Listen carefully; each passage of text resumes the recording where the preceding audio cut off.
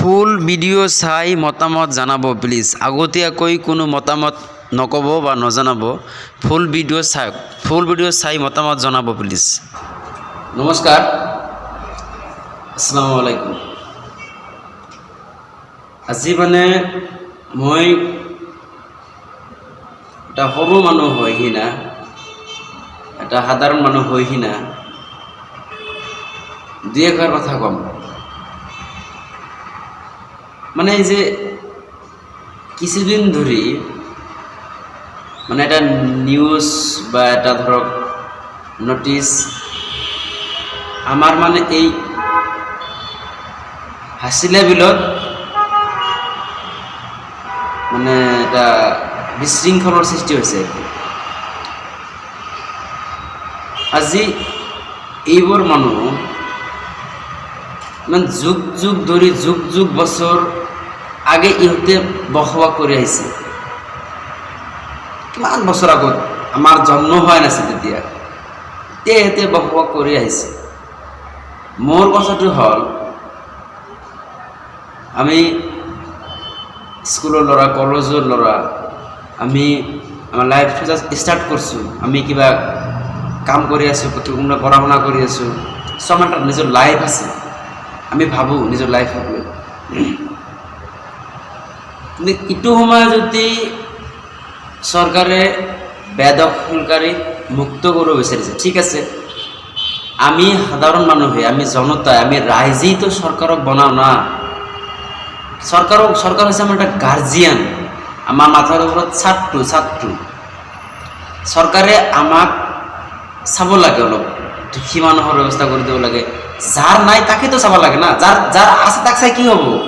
যাৰ মাটি নাই, বাৰী নাই, গাড়ী নাই, যিসকল মানুহৰ কিছু নাই, তাকেতো চৰকাৰে চাব লাগে না। আৰু সেইসকল মানুহে হাছিলা বিলত তাতে বসবাস কৰি আছে। আৰু সেইসকল মানুহক যদি উঠাই দিয়া হয়, তাৰ পৰা ক'লৈ যাব, কি কৰিব? কিছুমান দুখীয়া শ্ৰেণীৰ মানুহ আছে, কিছুমান ধনী ঘৰৰ মানুহ আছে, যি কি নহওক বাৰু, এইসকল মানুহক যদি আপোনালোকে উঠাই দিয়ে, সেইসকলতো মানুহ ময়ো, আমিও তো, আমাক যদি উঠাই দিয়া হয়, ক'লৈ যাম, কি কৰিম কওকচোন? চৰকাৰটো হ'ল আমাৰ এটা গাৰ্জিয়ান, আমাৰ মাথাৰ ওপৰত ছাদ। আমাক চাব, আমাৰ মানুহবোৰক চাব, আমাৰ দুখীয়া মানুহক চাব। আমাৰ গম পাইছোঁ মাটিটো চৰকাৰৰ, মাটিটো আমাৰ নহয়, মাটিটো আমি নাপাওঁ। বেদখলৰ পৰা মুক্ত কৰিব লাগে। তো বেদখল কাক মুক্ত কৰিব? আমিয়েতো না। যুগ বছৰ আগত বসবাস কৰিছে মোৰ দাদাৰ দাদা, সেইসকলে বসবাস কৰি আছে। তো আমাৰতো কোনো দোষ নাই না, আমিতো কালিৰ ল'ৰা, আমাৰতো কোনো দোষ নাই। ইহঁতৰ কিটো আমি ভুগিব লাগে। বহুত কষ্ট হয় যে এখন ধুনীয়া গাঁও, এখন ধুনীয়া জাগাত বসবাস কৰি আছোঁ ধুনীয়াকৈ আমি। আৰু সেইখিনি জাগা সপোন, মানুহৰ কিছুমান সপোন থাকে, ধৰক ঘৰ, গাড়ী, এইবোৰ সপোনবোৰ যেতিয়া বনাই আছোঁ, তেতিয়া সেই সময়ত যদি সকলো মানুহক এনেধৰণে হাৰাশাস্তি বা উঠাই দিয়া হয় বা কি কৰি হয়, তেনেহ'লে কিমান কষ্ট হয় বা কিমান দুখ হয়। যিবিলাক দুখী মানুহ আছে, নাখায় মৰিব। সেইসকল মানুহ কি কৰিব? সেইসকল মানুহে কষ্ট হ'ব।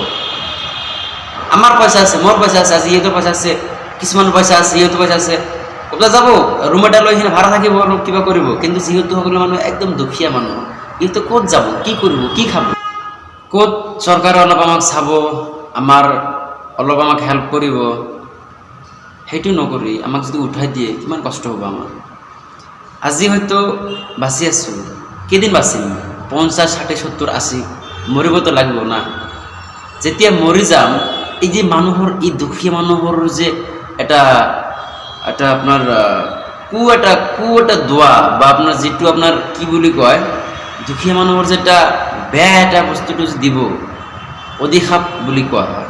এই দুখীয়া মানুহে কান্দি যেতিয়া ক'ব, তেতিয়াতো আমি মৰাৰ পিছত ভগৱানে আমাক ধৰিব, আল্লাহ আমাক ধৰিব ন। সেইখিনি ভাবিব লাগে যে মানুহক কষ্ট দিলে সেই কষ্টৰ ফলটো কিন্তু এদিন নহয় এদিন পাব। গতিকে মই আমাৰ সকলোৰে ফালৰ পৰা বা মই সকলোকে অনুৰোধ জনাইছোঁ, যদি এই ভিডিঅ'টো কোনোবা ভাল মানুহৰ চকুত পৰি আছে, মই ৰিকুৱেষ্ট কৰিছোঁ আপোনালোকক কিবা এটা ব্যৱস্থা কৰক, আপোনালোকে কিবা এটা চিষ্টেম কৰক, এইবিলাক শান্তি দিয়ক, মানুহক শান্তিত থাকিবলৈ দিয়ক। শান্তিৰ কাৰণেতো মানুহে চৰকাৰক ভোট দিয়ে না, শান্তিৰ কাৰণে মানুহক চৰকাৰক ভোট দিয়ে মানুহে, শান্তিৰ কাৰণে। এই শান্তিটো যদি নাপায় তেনেহ'লে কি হ'ব কওকচোন। সেইকাৰণে অনুৰোধ কৰিছোঁ মই MLA মহোদয় বা আমাৰ যিসকল ডাঙৰ ডাঙৰ মানুহ আছে বা চৰকাৰৰ দৃষ্টিগোচৰ কৰিছোঁ, প্লিজ আপোনালোকক মই ৰিকুৱেষ্ট কৰিছোঁ যিকোনো এটা ব্যৱস্থা কৰক, আপোনালোকে এটা ব্যৱস্থা কৰক আৰু সকলোক শান্তিত থাকিবলৈ দিয়ক, মোৰ এইখিনি অনুৰোধ। আৰু যদি ইয়াতে কিবা মোৰ ভুল হয় কথা কোৱাত, বা যদি মোৰ কিবা ভুল হৈছে কথা কোৱাত, তেনেহ'লে প্লিজ আপোনালোক সকলোৱে মোক ক্ষমা কৰিব। সৰু ভাইটি হিচাপে, নিজৰ ল'ৰা হিচাপে, নিজৰ মানুহ হিচাপে মোক ক্ষমা কৰিব যদি মোৰ কিবা ভুল হয়। এইখিনিয়ে কৈ মই শেষ কৰিছোঁ ভিডিঅ'টো।